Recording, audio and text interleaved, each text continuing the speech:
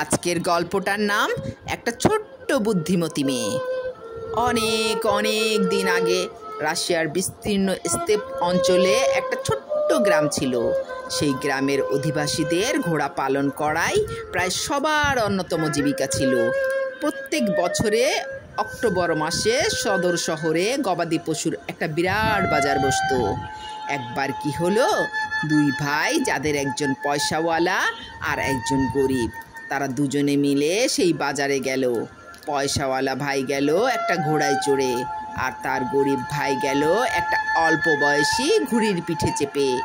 সন্ধ্যের মুখে তারা একটা ফাঁকা কুড়ে ঘরের পাশে এসে থামলো, আর দুটো খড়ের গাদায় দুজনে শুতে যাওয়ার আগে তাদের ঘোড়াগুলোকে ঘরের বাইরেটায় বেঁধে রাখলো।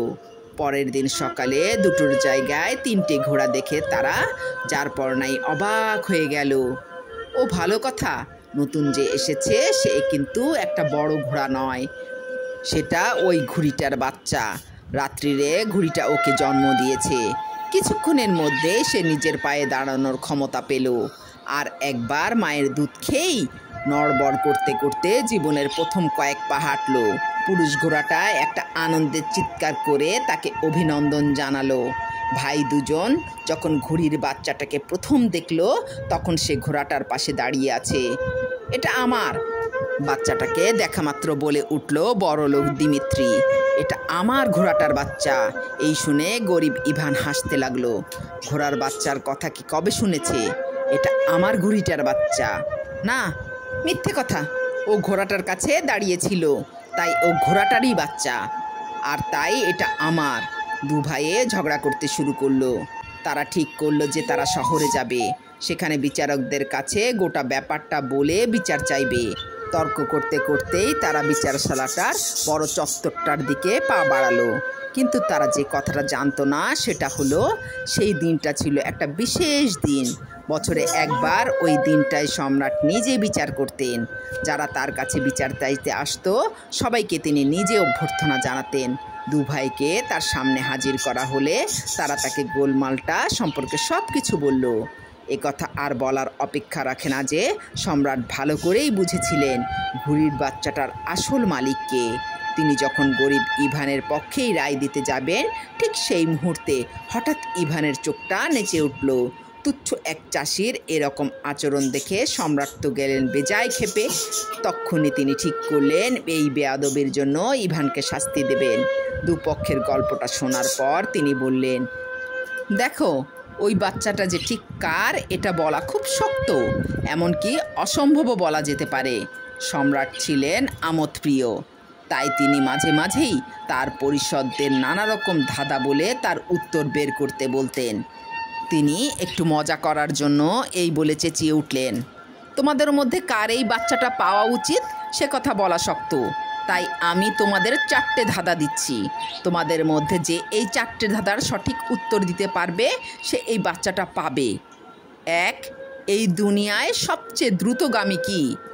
2, এই দুনিয়ায় সবচেয়ে মোটা কি? 3, এই দুনিয়ায় সবচেয়ে নরম কি? আর 4, এই দুনিয়ায় সবচেয়ে দামি কি? 1 সপ্তাহের মধ্যে এই 4টে প্রশ্নের উত্তর নিয়ে প্রাসাদে ফিরে আসতে আমি তোমাদের আদেশ দিচ্ছি। বিচারশালা থেকে বেরোনোর সঙ্গে সঙ্গে দিমিত্রি ধাঁধার সমাধান করার চেষ্টা করতে শুরু করে দিল। যখন সে বাড়ি পৌঁছালো, সে বুঝতে পারল যে তাকে সাহায্য করার কেউ নেই। তার বউ এর অত বুদ্ধি নেই। দেখা যাক, আমাকে তো তার সাহায্য চাইতেই হবে, কারণ এই ধাঁধাগুলোর উত্তর বের করতে না পারলে তো আমি বাচ্চাটা পাবো না। এইসব ভাবতে ভাবতে তার এক পড়শি মহিলার কথা মনে পড়ল, যাকে সে একটা রূপোর মুদ্র ধার দিয়েছিল। সেও নয় নয় করে বেশ কিছুদিনই হয়ে গেল। সুদ সমেত সেই একটা রূপোর মুদ্র এখন 3টেতে গিয়ে ঠেকেছে। আর যেহেতু তার প্রত্যুৎপন্নমতি বলে বেশ নাম আছে, কিন্তু বেশ চতুরও, তাই দিমিত্রি তার পরামর্শ নেবে ঠিক করলো। বদলে তার ঋণের একটা অংশ সে মকুব করে দেবে। কিন্তু সেই মহিলা তার বুদ্ধির ধার আসলে ঠিক কতটা তা দেখাতে মোটেও দেরি করলেন না। তিনি সঙ্গে সঙ্গে দাবি করলেন যে ওই উত্তরগুলোর বদলে তার পুরো ঋণটাই মকুব করে দিতে হবে। এই দুনিয়ার দ্রুততম জিনিস হলো আমার স্বামীর লালচে বাদামি ঘোড়াটা, বললেন তিনি। কেউই তাকে হারাতে পারে না। আমাদের শুয়োরটা হলো সবচেয়ে মোটা, ওরকম একটা হোতকা জানোয়ার কেউ কখনো দেখেনি। আমার নিজের রাজহাঁসটার পালক দিয়ে আমি আমাদের বিছানার জন্য যে তোশকটা বানিয়েছি সেটা সবচেয়ে বেশি নরম। আমার সব বন্ধু ওটা দেখে হিংসে করে। আর এই দুনিয়ার সবচেয়ে দামি হলো আমার 3 মাসের ভাইপো। ওর চেয়ে সুন্দর বাচ্চা আর হয় না। পৃথিবীতে যত সোনা আছে তার পরিবর্তেও আমি ওকে দিয়ে দিতে পারবো না। আর সেই কারণেই ও হলো এই পৃথিবীর সবচেয়ে দামি জিনিস। মহিলার উত্তরগুলো সম্পর্কে দিমিত্রি বেশ আনন্দে ছিল। এদিকে তাকেও তো কিছু একটা উত্তর নিয়ে সম্রাটের সামনে হাজির হতে হবে। তার মনে হলো এই উত্তরগুলো নিয়ে যেতে না পারলে সে শাস্তি পাবে। তার ভাবনাটা ঠিকই ছিল। ইতিমধ্যে হয়েছে কি, বিপত্নিক ইভান ফিরে গেল তার ছোট্ট কুড়েতে, যেখানে সে তার বাচ্চা মেয়েটার সঙ্গে থাকতো। মাত্র 7 বছরের বাচ্চা মেয়েটা প্রায় একা একা থাকতো। আর তার ফলে সে তার বয়সের তুলনায় হয়ে উঠেছিল ভাবুক ও বেশ চালাক। গরিব ভাই তার দাদার মতোই বুঝতে পেরেছিল যে সে নিজে নিজে ওই ধাঁধাগুলোর উত্তর বের করতে পারবে না। তাই সে বাচ্চা মেয়েটার ওপর ভরসা করলো। কিছুক্ষণ চুপ করে বসে থাকার পর বাচ্চা মেয়েটা তাকে জোরের সঙ্গে বলল, সম্রাটকে বলো এই দুনিয়ায় সবচেয়ে দ্রুতগামী হলো শীতের উত্তুরে হাওয়া, সবচেয়ে মোটা হলো আমাদের জমির মাটি, যার ফসল মানুষ আর পশু দুজনকেই জীবন দেয়, সবচেয়ে নরম হলো একটা শিশুর স্নেহস্পর্শ, আর সবচেয়ে দামি হলো সততা। অবশেষে 2 ভাইয়ের সম্রাটের সামনে হাজির হওয়ার দিনটা এলো। সম্রাটের সামনে তারা হাজির হলো। তারা কি বলবে সেটা শোনার জন্য সম্রাট উৎসুক হয়ে বসেছিলেন। কিন্তু দিমিত্রির বোকা বোকা উত্তরগুলো শুনে তিনি হাসিতে ফেটে পড়লেন। যাই হোক, যখন ইভানের বলার পালা এলো, সম্রাটের ভুরু কুঁচকে গেল।